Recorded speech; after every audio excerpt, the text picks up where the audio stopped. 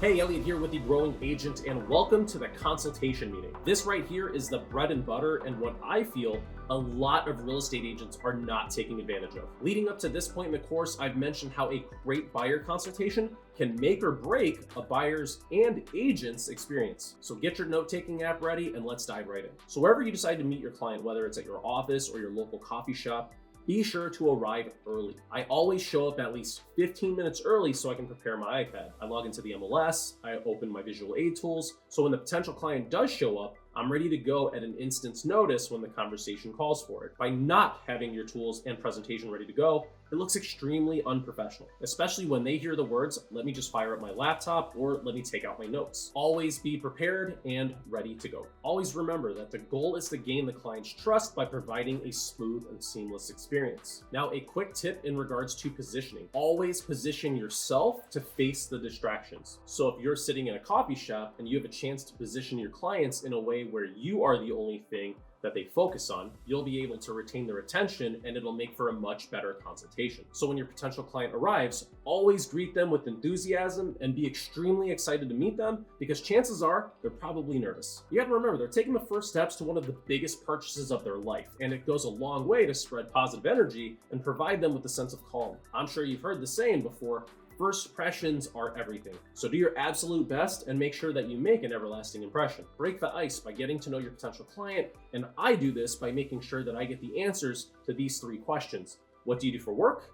What's your availability? And what do you do for fun? Now, unless the initial introduction is completely dull and I just don't know how to carry a conversation, which isn't me whatsoever, I work these three questions into a normal conversation. And depending on the time of day of the week, time of year, all of these factors contribute to how I approach the conversation. For example, if I'm meeting my potential client for a happy hour at 5:30 on a weekday, my introduction might go something like this. I'd shake their hand and say, hey, Brian, thanks for meeting me.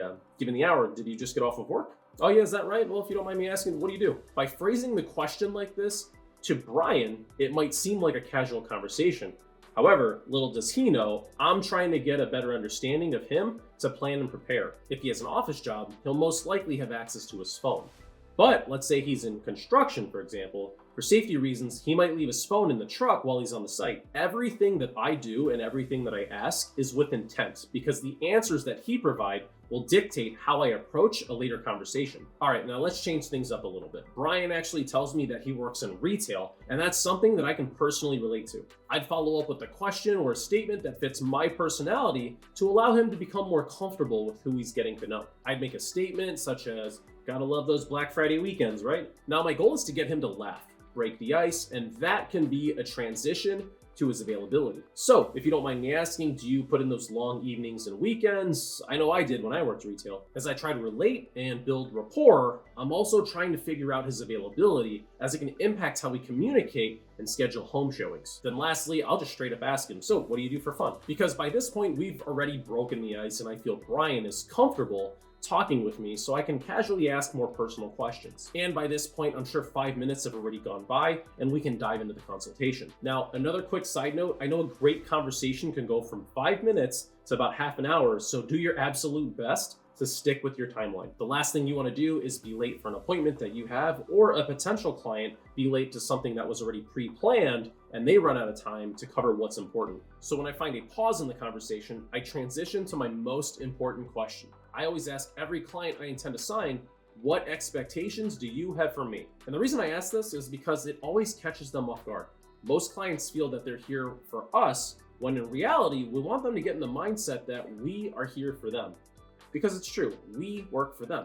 Then I tell them right there and then, if they have a need that I cannot fulfill, I want them to know that now versus in half an hour from now, a week down the road, 2 weeks, 2 months, you get the idea. This shows them that I value their time, and I'll just flat out say it. Hey, Brian, I value your time. I want you to know this now. And once again, folks, this is an intentional thing that I do because it helps me when it's time to sign them as a client. But moving along to the bulk of our consultation, next I take a moment to explain what I want to cover in this specific meeting. Then I tell Brian my team's mission/motto, which is my team and I, we value a consultative approach with our clients when it comes to real estate. And with that said, I'll first introduce the home buying process. Now, even though he may feel that he already knows the process of how to buy a house, I'll tell him, hey, listen, I just want to make sure that you and I were on the same page and I don't skip anything that you might not know. Then once we cover a brief overview, I'll recap to see how he's feeling and if he's actually ready to move forward with the home buying process. And if he's not, I'll end the meeting right there, then implement a follow-up plan,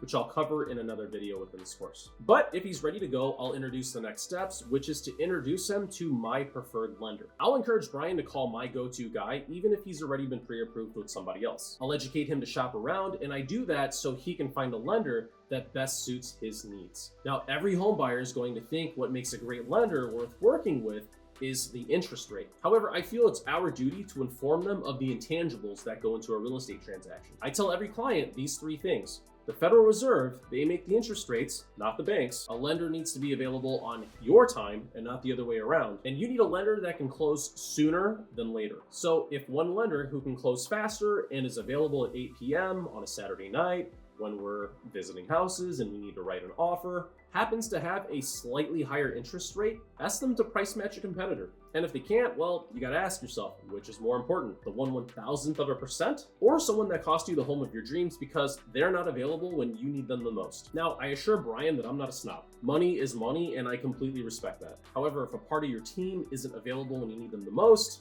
sometimes you just got to cut them loose. Now, there are many other intangibles you can factor into the conversation, which you can find in an upcoming video, the pre-approval section of this course. So be sure to brush up on those scenarios, so if they do pop up, you'll be the expert that your Brian needs. And to add one last thing to the conversation, I always let my buyers know that I never show homes until I have a copy of their pre-approval or proof of funds. I'm gonna repeat that. I never show a house without pre-approvals or proof of funds. Trust me, get in the habit of that and you'll thank me later. And once again, there's a whole nother video for that inside the course explaining why it's important to you as the agent and your buyer. But once we have the client's agreement to go get a pre-approval, I'll then tell them, now we can go into the fun stuff.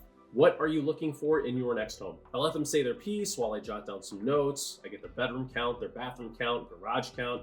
You get the idea. And once I have an understanding of what they want, I tell them I'm going to make two lists, one for their needs and one for their wants. And the needs will always prioritize over the wants. I also inform them that I've been in so many situations, so many times where we go and see a house and one person wants house number one because it has 2 ensuite sinks, for example, but person number 2 wants house number 2 because it has a bigger ensuite closet. So to eliminate a potential problem down the road, I encourage them to create a list of what features take priority over another. So just in case we do come across this potential hiccup, we'll know exactly how to handle it. As an agent, you'll know exactly what I'm talking about when that day comes. And you have to remember that buyers always get distracted by aesthetics. Remind them, you're gonna be their neutral sense of calm during this entire process so they don't make a quick emotional decision. But now that we have an understanding of what the buyer wants, we'll want to set them up with an MLS search. So depending on how your local MLS search runs, you'll inform the buyer of how it'll come through on the buyer's end. Once again, the goal is to make everything as seamless as possible for the buyer. When a house they're interested in hits the market, I encourage the buyer to either send me a screenshot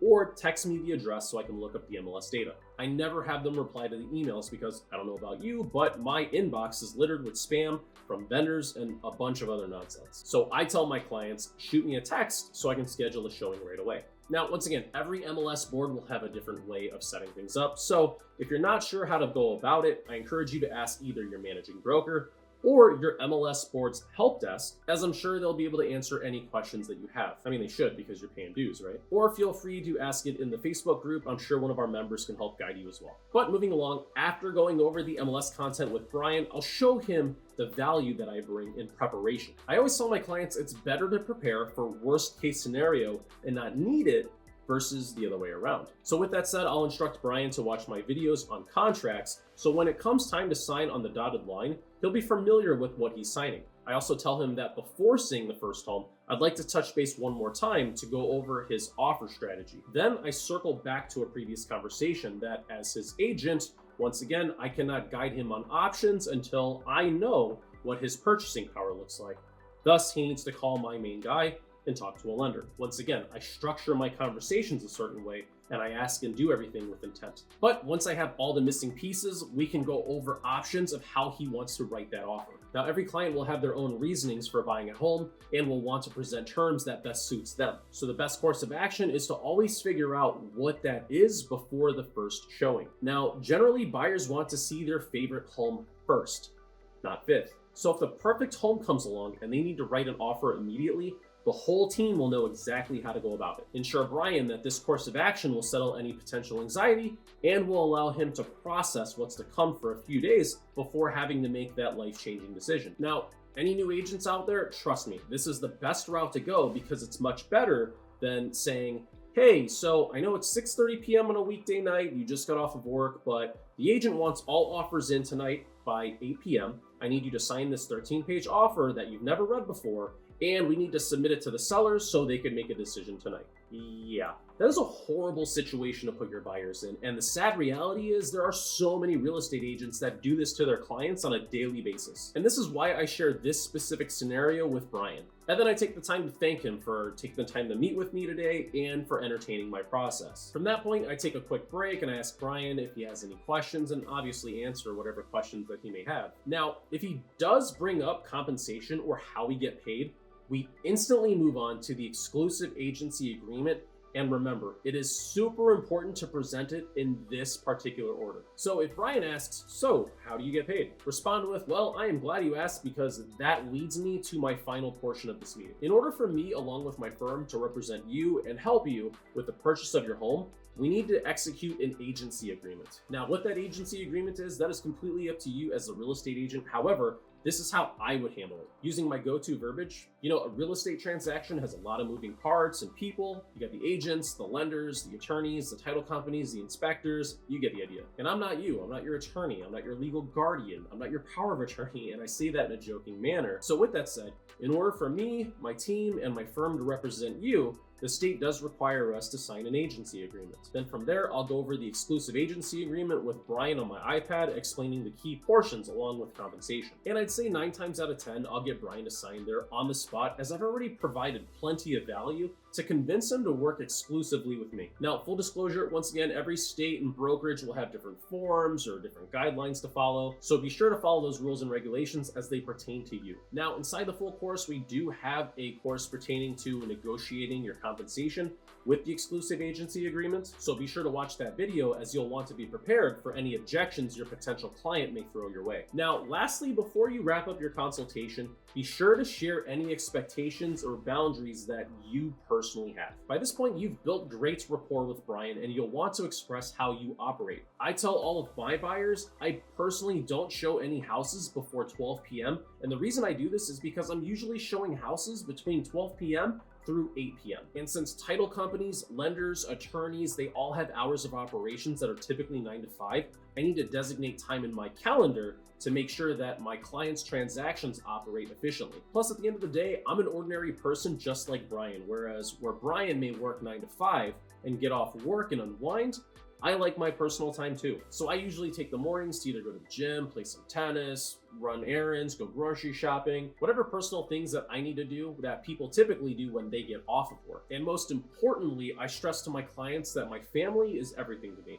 So it's important that I spend time with my wife and my family. Since my schedule is more flexible than hers, I've designated Tuesdays as my family days since it's her day off, and I'm usually showing homes and hosting open houses on the weekends. Now, that doesn't necessarily mean that I won't answer my phone on Tuesdays. However, I like to set that expectation that if I don't answer my phone right away, I could be out to dinner or at a movie or something. The point I'm trying to make is don't be afraid to set expectations of your own with your clients. Believe it or not, they'll actually appreciate it more as you share that you're an ordinary person just like them. I know it may sound backwards, but subconsciously, they'll respect your time even more when they realize they don't have an infinite amount of your time. Then lastly, to conclude your consultation, let the buyer know that this process, my process, which is now your process, this process is what separates your offers and your buyer's experience from other buyers with theirs. From an agent standpoint, all of that prep work that Brian has done with you thus far will ensure that he won't go to anybody else. Unless you just happen to offend the guy, rub him the wrong way, he won't want to start this entire conversation all over again with another real estate professional. So essentially, you just locked in a new client. Just be sure to follow through with the buyer's expectations, and the next thing you know, you'll have an offer in the making. So there you have it. This is my process for my buyer consultations, and I encourage you to adopt it for your own with your clients. Please be sure to watch the various videos that complement the consultation process. And if you come across any questions, don't be shy and please let me know.